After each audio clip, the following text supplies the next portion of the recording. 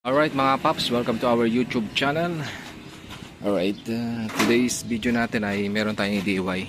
So gusto nyo bang maging bumalik kintabuli yung inyong mga stainless na tricycle katulad nito, stainless.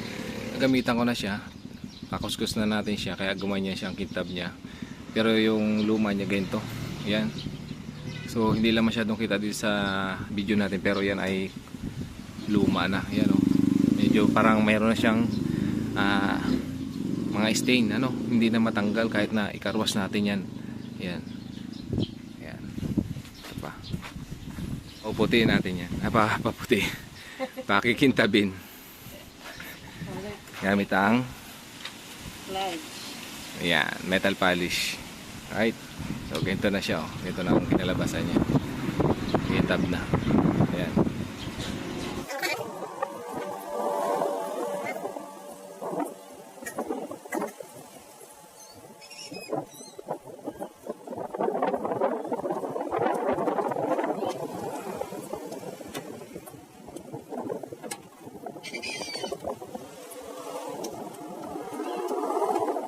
Tutuyin nyo lang konti tapos pwede nyo siyang kuskusin yan. Yan, medyo malabo siya, di ba? Kuskusin nyo lang ng kuskusin, lilinaw yan.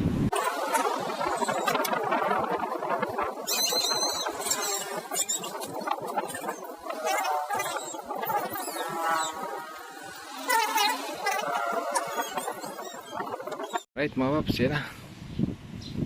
Kintab na, di ba? Tumahabol na dito sa nauna nating punasan. Right, yan o. Tab na siya para siyang salamin. Diba? So ito kasi yung may ito, mapapansin nyo yan. Yan yung nabapping. Yung mas malalim siya pero kukuskusin ko pa yan para kumintab. Right? So yan, ihahabol natin to. Yan o, mga pinagbappingan dati. Parang siyang kinakalawang pero habulin natin yan ng metal polish. Sama to. Yan, loob. Papakintabin natin. Ay ganoon lang ang pagpahin. Pahiran nyo lang siya tapos patuyuin nyo lang ng konti. Saka nyo siya kuskusin. Right? Video lang natin kung gaano siya kadumi nung hindi pa natin na metal polish.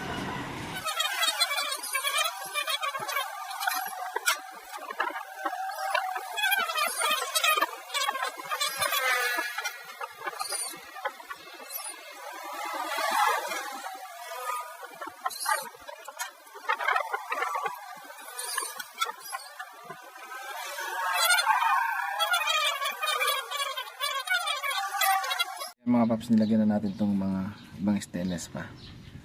Ayan. So kukuskusin na natin itong una nating nilagyan.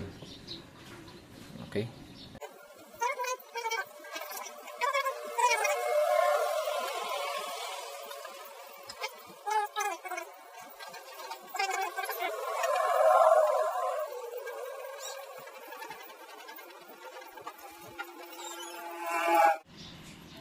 Ito na ang result mga paps. So yan mga paps, no.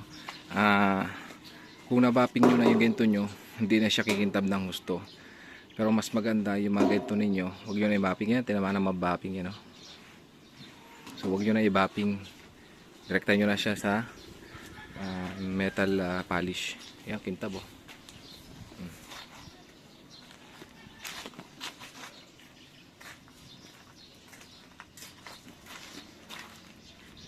Nagmukhang bago ulit.